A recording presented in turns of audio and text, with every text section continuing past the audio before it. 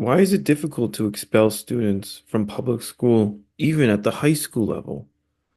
It has to do with the 14th Amendment of the U.S. Constitution.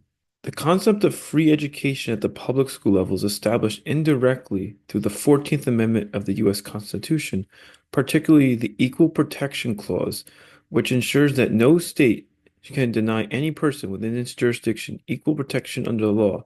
This has been interpreted to include access to public education. Let's read what let's read word for word what the 14th Amendment actually says. So this is the 14th Amendment of our U.S. Constitution. Section 1.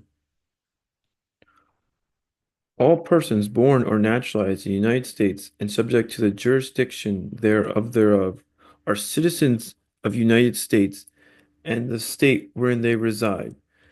No state shall make or enforce any law which shall abridge the privileges or immunities of citizens of the United States, nor shall any state deprive any person of life, liberty, or property without due process of law. Now, here comes specifically the Equal Protection Clause of the 14th Amendment of the U.S. Constitution, nor deny any person within its jurisdiction the equal protection of the laws. So the key point here is even though the 14th Amendment mentions nothing specifically about education, this has been interpreted to include access to public education, free access to public education for all. Why has it been interpreted this way? Well, let's see. Let's see what ChatGPT says.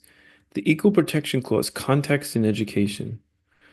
The Equal Protection Clause of the 14th Amendment states no state shall deny to any person within its jurisdiction equal protection of the laws. While the clause itself doesn't mention education, it has been used as a basis for court decisions that establish how states must provide educational services. The key case here is Brown versus Board of Education in 1954. The Supreme Court ruled that separate public schools for black and white students were inherently unequal, establishing education as a critical function of government. The court did not say education is a federal right, but it emphasized that access to education must be equitable if the state provides it. The reasoning is that education significantly impacts one's ability to participate as a citizen and an individual in society.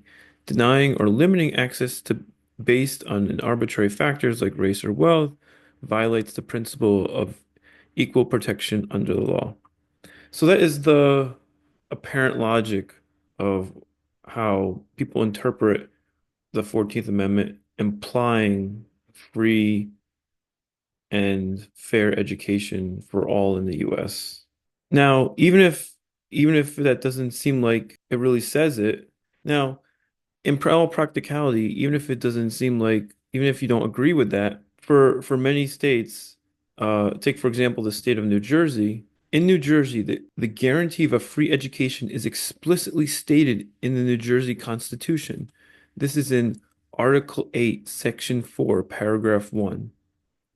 The legislator shall provide the maintenance and support of a thorough and efficient system of free public schools for the instruction of all children in the state between the ages of 5 and 18 years. No, actually, it's not just 18 years anymore. It's been extended to 20 years. So if we come here to the 2023 New Jersey Revised Statutes, Title 18A-38-1, attendance at school free charge. Public schools shall be free to the following persons over 5 and under 20 years of age.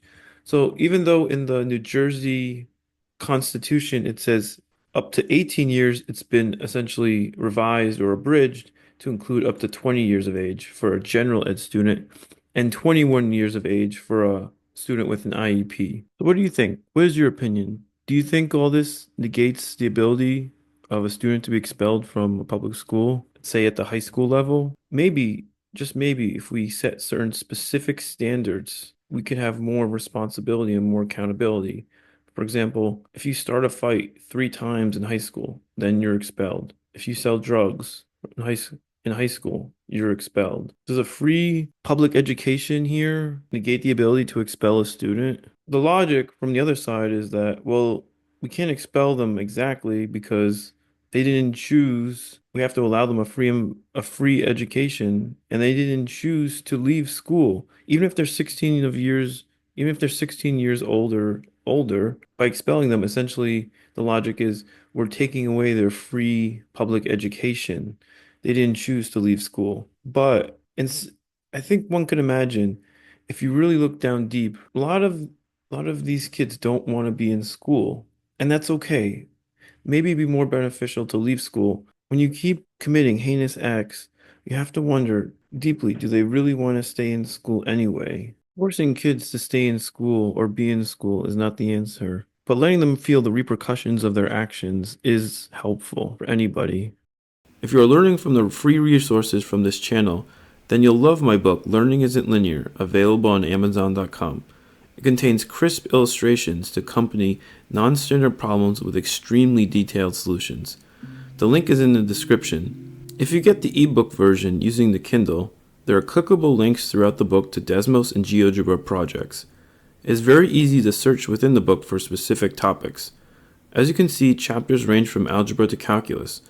Whether you are a self-motivated student solving problems on your own, or a teacher preparing for a math class, this book is a valuable resource to add to your repertoire.